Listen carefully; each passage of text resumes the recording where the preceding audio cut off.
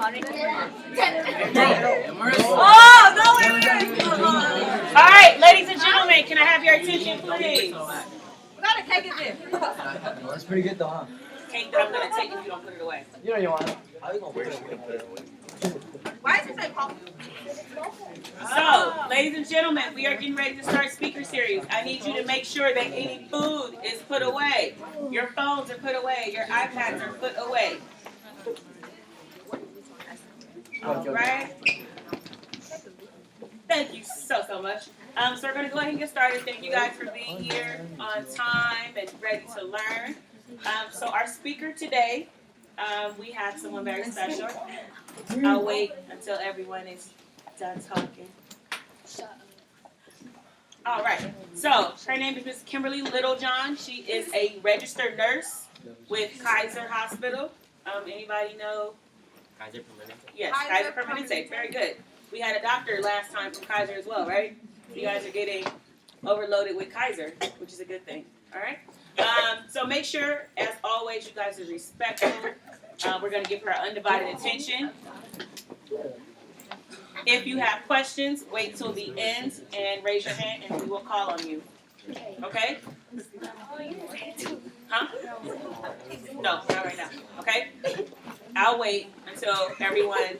Oh, hey, Carla. I need to start writing down names, giving referrals. All right. So, without further ado, we introduce Ms. Kimberly Littlejohn. I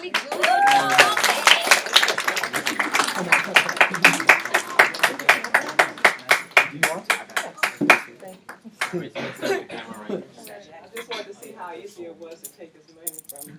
Oh, he gave it up willingly. I appreciate that. He was like, "Do you really want it?" Okay, so there's too many of you to go around the room and learn names, and so if I call on you, can you share your name and participate if you don't mind? I just want to tell you, I've been a nurse for over 32 years. Nursing has, as one can say, it is my gifting and it's my joy. I derive a lot of pleasure in what I do. I started out as a medical assistant. I worked as a nurse's aide, and then I had several children and went back to school, did the LVN program, worked as a, do you go to Kaiser? You can. Oh, no. Oh, okay. Where do you have your medical care? I'll go to Kaiser. I just don't. How many Kaiser patients do I have? I go to the what is that? You too? Okay. So you all still go to pediatrics, right? Guys, let's focus. Does anyone want to share their Kaiser experience with their pediatrician? Do you like your pediatrician and his nurse? Sometimes. What's your favorite part of the visit? I said, what's your favorite part of the visit? The waiting room. Okay. That's fair. That's fair. Anybody else? Anyone else want to share their favorite part of the visit? I was hoping to hear it was the nurse. Because the nurse, yes, because the nurse is the one that you spend, no, the worst. Oh, see, that's what I was going to say. Except for the shots. Other than that, because every time you see the nurse, you're not getting shots at this age, right? So you should have some good visits now. 15 last shots, pretty much. Okay? So, I started out as an LVN. I worked in pediatrics for 23 years. So I had plenty of children that I've given shots to. I've been with Kaiser so long that I'm seeing the grandchildren of some of the patients that I had. Long time. I worked as an LVN, then I decided to go back and work as an RN. I went back to get my registered license, and now I'm currently working as a registered nurse in a family medicine clinic with Kaiser.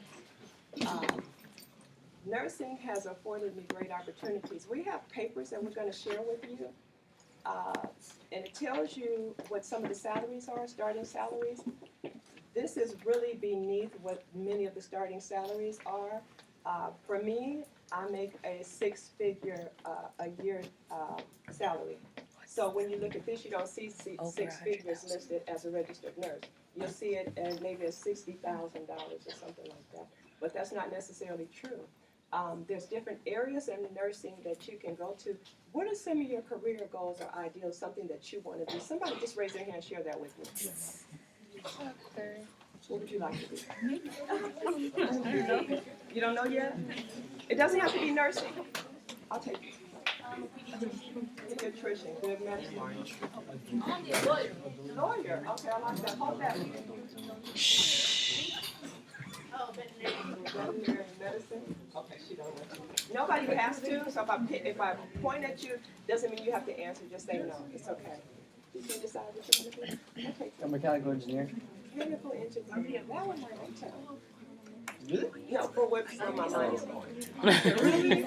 But I'll show you how it fits into nursing. Anybody else? Anybody else? Okay. What I wanted to point out is because there's so many areas in nursing. Okay, you know what? I'm gonna have you guys come and stand with me and help me teach the class, okay? Share my education with me, all right? Thank you. What I wanted to share in nursing is that because there's so many areas and so many aspects to nursing, if you want to be a lawyer, somebody said lawyer, want to be a lawyer, you could go into nursing. You can be a legal nurse. So you would have the opportunity to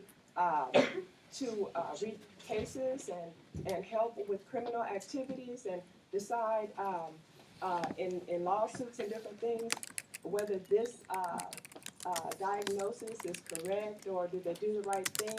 So you can do that as a legal nurse. So there's another aspect that you can do. I missed somebody else. He wanted to be a mechanical engineer. So that would be breaking down, putting things together.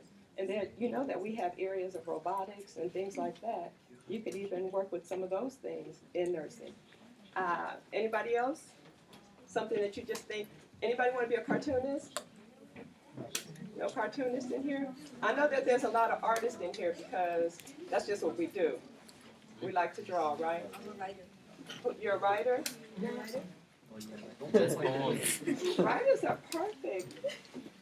Writers are perfect because research involves a lot of searching and a lot of writing. So there's a lot that you could do in the nursing field. You can be a forensic nursing. Anybody wanted to go into law?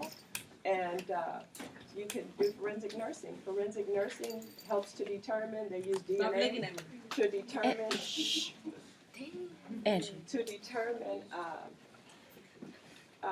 criminal cases. Did this crime happen? Did this person get raped? Did this happen? Did this injury occur because of something, an object that you used? And if your DNA is on it, then you get to go to jail. And you can help to solve some of those crimes. Okay. Let's see. Anybody want to do anything in the medical field other than nursing? Pharmacy? An EMT. EMT? Oh, EMTs are great. We need EMTs. EMTs and paramedics, we need you guys on the spot because you can save lives that way. We're always calling for EMTs. The fire department sends out their EMTs and paramedics. And in our clinic, we have a very small clinic where we see a huge number of patients.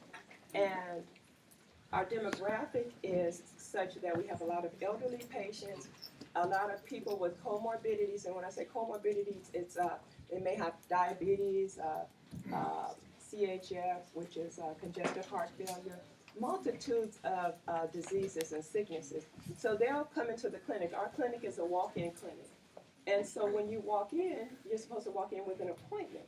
However, they see Kaiser and they say, okay, this is the nearest clinic, and so they walk in. Unfortunately, we've had people come in that have had strokes in our presence. We've had people that came in and had massive heart attacks. And I just had a patient that walked in the other day, just left the dialysis clinic, and in his arm, is where he gets his dialysis. He has what's called a fistula. So you have two sites. Well, he had left the dialysis center, and he came into the clinic like this, blood just dripping down his arm, just pouring down, pouring out all over the floor, everywhere. So those are things that we get.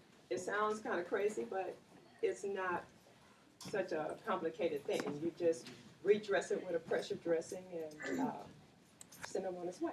Make sure that he's not dizzy, of course. But there are so many wonderful things that nurses do. And my career was God ordained in this regard. My mother got sick with dementia, and I had to take my mother into my home, and my mother required 24-hour care. I had to, at home, do IVs on my mother because she would get infections. She wasn't ambulatory, meaning she could not walk. So, and then her room was upstairs, and we'd have to carry her downstairs, down a flight of stairs, down some more stairs to get her out of the house to take her to the doctor or the hospital. So there were times when I would tell the doctor what was going on with her, and she would get these urinary tract infections. And so when you have a urinary tract infection, you have to give a sample of urine. They run a urinalysis, and then they also run a culture. The culture is actually what determines how the treatment goes. Sometimes you'll go to the doctor, they'll do the urine, and they'll say, okay, I'm not going to treat you, I have to wait for another lab test. They're actually waiting for that culture to return, because on the culture, it'll say resistant or sensitive. So some things that, like if you had an infection last month, then you might think, oh, I just need this medication. No, we have to run a urine test because it'll show. Patient is sensitive to Keflex, resistant to Bactrim, and if the doctor gives you a medication that you're resistant to, it's not going to help you. It's a waste of antibiotic. And so my mother was resistant to almost every medication with this infection except for IV antibiotics. Had I not been a nurse, I would not have been able to do her IV medication, and I had to do it for 10 days every morning before I went to work. Also, I had a husband who was a dialysis patient. I had to do his rehab for 6 years. It was required that he did dialysis 6 days a week. And you know, most people that you know do it 3 days a week. But he had to do it 6 days a week because your kidney is a filter. Every day, your kidney's filtering out the waste and the toxins and the poisons and everything. When you urinate, you drink. That's why it's important to drink water so you can flush your kidneys. But his kidney was not functioning correctly, so he had to have the dialysis. I did that 6 days a week. I had a machine in my bedroom maybe about the size of that box right there, one of those boxes right over there, and I had the filter and everything, so you could just stand there and watch the blood go through the machine as it cleanses blood. And today, now he has a kidney transplant. He was blessed to get a kidney transplant and no longer needs dialysis. But my experience, my knowledge base, was not just good for my patients, but also for my family. So you see how, you know, what the giftings that you have can benefit not just yourself, but it should be for everybody. It should make a difference in other people's lives. So our goal as nurses is to, fight disease and save lives, right? Right? So then you become an advocate for the patient. That's what I do. On my job, I do what we call triage. I'm an advice nurse. I do triage. I'm a backup charge nurse.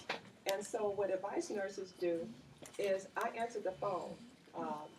You send messages when you all call and say, I need a doctor's appointment, or I'm having pain in my chest and I can't breathe, and you know, my legs are swollen. That's not you guys, but that's for, you know, older patients. And all these things are happening. I have to determine what the acuity of this patient is by phone. I have to determine whether this patient is going to stay at home and be observed, whether this patient is going to go to urgent care. Is this patient going to go to the emergency room? Am I going to call 911 on the patient? So my job is a tedious job at times because I can't see the individual. I have to listen to what's going on. And listening as a nurse is very important. It's good because we have stethoscopes to listen to you while you're sitting here or while you're in our presence. But when you're not in our presence, we have to have an ear that's capable of hearing if the patient is short of breath. I'm listening on the phone to hear, is this patient able to make complete sentences, to speak in complete sentences? If you hear a patient that's saying, I just don't feel good, you know that they're having difficulty breathing. You know, they're not able to carry out a whole sentence. Sometimes you can hear people wheezing. Some of you may have asthma and be familiar with that wheezy sound. And some of you might have family members that have asthma and be able to hear when they're wheezing. You know, you can hear a cough, a particular cough, and you know, okay, this person is in respiratory distress. And so those are the things that I have to listen to on the phone. Refill prescriptions, communicate with the doctor. Sometimes I'm making appointments. We even have video visits now, and we have telephone appointment visits. So these are things that the nurses do to set up. Sometimes when a patient comes in, we have what's called the observation room. And in the observation room, if the patient's blood pressure is really high, we'll take them in there and monitor them. We'll hydrate them with fluids. And so, you know, so we're starting IVs, and I kind of really like doing IVs. I like to let me see your veins. No? Don't have that hand that you got behind me. Let me look at that. Oh, okay, that's really nice. No, I'm not trying to be funny, you guys. See, he's got really good veins. So starting an IV on him, look at, can you see his veins? We do have good veins. He has have terrible great veins. Look at it. He has great veins. And you always want, and see, that's the good thing. And see, even back here. And that's the good thing about having, you know, young people. Because young people. Hey, bro, let me see your veins real quick. Well, let me see yours. Let me see. Oh wait, let's capture this. You have good veins. Terrible. Right here. That's how terrible. She said good and I could be like Brian. You see how when I popped it, could you see how, just kind of push on it, you can feel it pop. Not hard. How do you know you got good veins? If it possible. You can see him and you can feel him. Feeling is better than seeing. Feeling is better than seeing. Okay. So these are some of the things that I do in my day-to-day. You guys, let's bring it back together. What I really want you guys to see, and I hope that you get that, it doesn't matter what area you want to go into, but whatever area you want to go to, if it pertains to medical, don't let money be your motivation. Because if money is your motivation, he's not going to let money. He had money. He started out with money. So, but you're not going to let money be your motivation, are you? You think money's going to be your motivation? You know why I say, what's your motivation? A girl? Go ahead, sit down, baby. Thank you for being, you're such a good sport. Thank you. Thank you for letting me pick up. But I don't want you to let money be your motivation. Because if money is your motivation, you will not enjoy what you do. God's put a gift in each one of us. Every one of us has an ability, a talent, a gift. And you need to find out what it is. And direct yourself in that path. There's academic excellence everywhere in this room. But the choice is up to you. You can be really, and it sounds cliche, but you really can be what you want to be. And you've maybe heard that there's 24 hours. Every one of us has 24 hours. How you spend that 24 hours, whether it's idle time, whether it's laughing and having fun, watching anime, or or playing on the computer, however you spend that time, that's going to be what you produce. You know, that's the fruit that's going to produce. It's gonna come out. But don't be caught behind. Okay? Don't be left behind in your choices and your decisions. And don't pull other people down as they try to make the climb. Push people up and encourage people. Nursing is an awesome field. But one thing about nurses is that, what's an awesome field? I'm already right. What's an awesome field? What's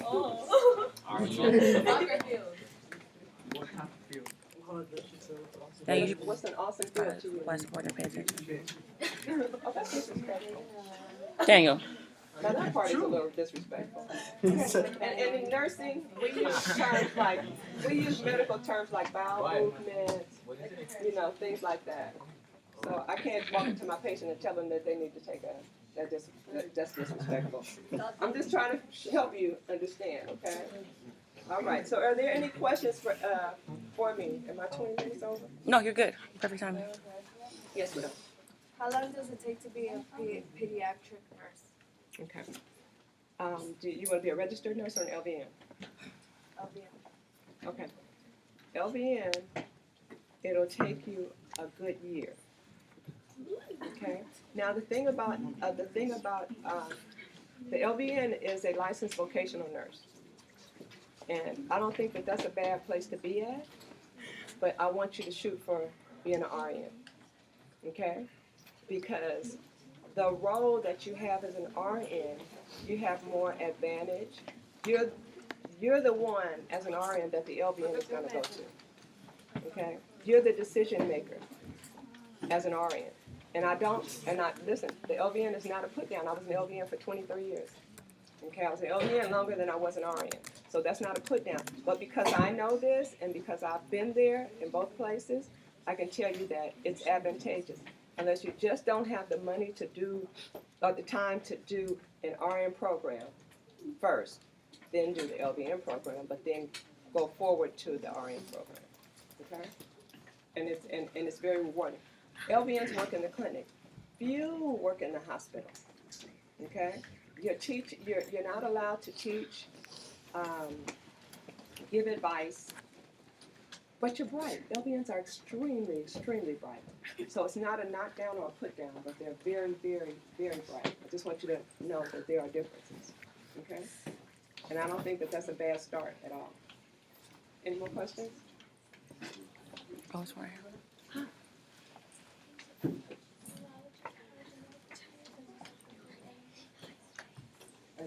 There's a medical, doesn't it? Physiologist? That's awesome. Animals need love too. They need caring. Yeah. Any more questions pertaining to the topic? It's one in the back.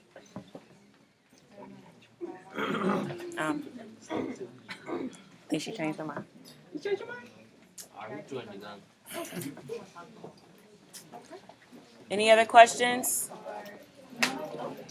No? All right, everyone, can we please give Ms. Littlejohn a round of applause?